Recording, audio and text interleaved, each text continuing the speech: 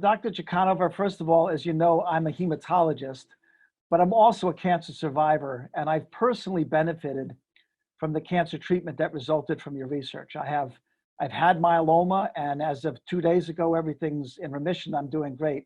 So it's a real honor for me to meet you and to speak with you. So first, I wanted to say that, and thank you very much for participating and supporting ICRF. As it's well known, your scientific breakthrough is in the discovery of how cells remove old or damaged proteins. And this is now referred to as the ubiquitin proteasome pathway, basically the sanitation company for cells. Somewhere between your graduate school years and when the Nobel Committee called you up and told you you were going to be the recipient of the Nobel Prize, somewhere along that process, I assume you realized that you were onto something truly pivotal, truly earth-changing.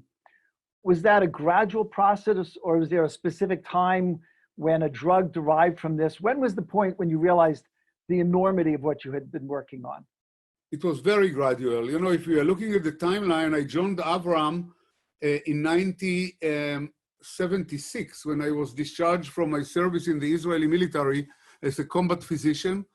I finished my PhD in 81. Avram offered me a position, and the first drug was approved by the FDA, the proteasome inhibitor, just before we got the Nobel Prize in 2004. So we are talking 28 years. When we came to Stockholm to receive the Nobel Prize, it was December of 2004. And December is always, two big holidays are celebrated in December. One is called Christmas, and another one is a Jewish one called Hanukkah. So, and at that time, Hanukkah and Christmas were kind of close to very close to one another. And the Israeli ambassador gave us a party. And during the party, a Hanukkah party, and we all were singing, and the Jewish community was very proud. And all of a sudden, he said that he wants to give us a gift. And the gift was a walking human being. Remember, it was 2004.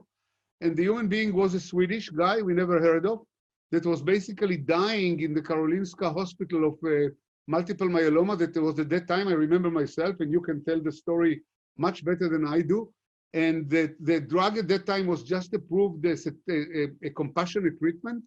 And it was flown by the request of the physicians to Sweden.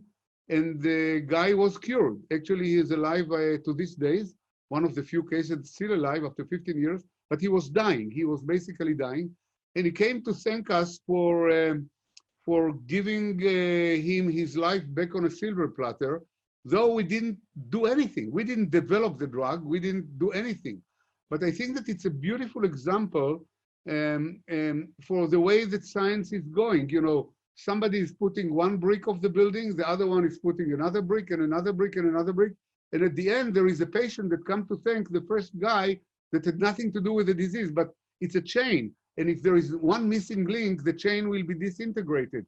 You need all the links of the chain in order to hold. So I'm going to change gears a little bit and focus more on ICRF, Israel Cancer Research Fund. So why don't you share with us a little bit about how ICRF has impacted your career and the career of your colleagues and trainees over the years?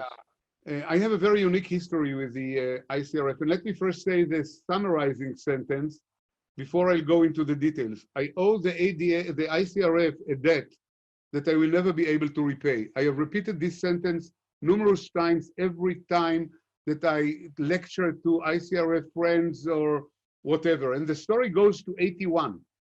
When I decided to go to MIT, ICRF was at that time a very young organization. We are talking 40 years ago, 81. And I applied and I said, I want to go to MIT. And they said, you are crazy. We are supporting scientists that are coming back, not scientists that leave Israel and may not come back. And this was my ever first fellowship. So how can you, it's like your first love, how can you forget it? And that allowed me to be at MIT. And then I'm sorry that I abused the ICRF to these very days. They have supported me 40 years in a row. When I came back, they gave me a grant and then an RCDA, a Research Career Development Award, and then a professorship. And I'm still a proud ICRF professor. For me, It was a unique experience. The ICRF deserves all the help it can get from wonderful people who help, not the ICRF. At the end, they may help themselves and the community at large to defeat one of the most deadly diseases we have ever encountered. And hopefully ICRF will be one of the builders of a cancer-free world, and we shall have time to deal with other problems that we are facing. Thank you very much, Dr. Sof. Thank you very much.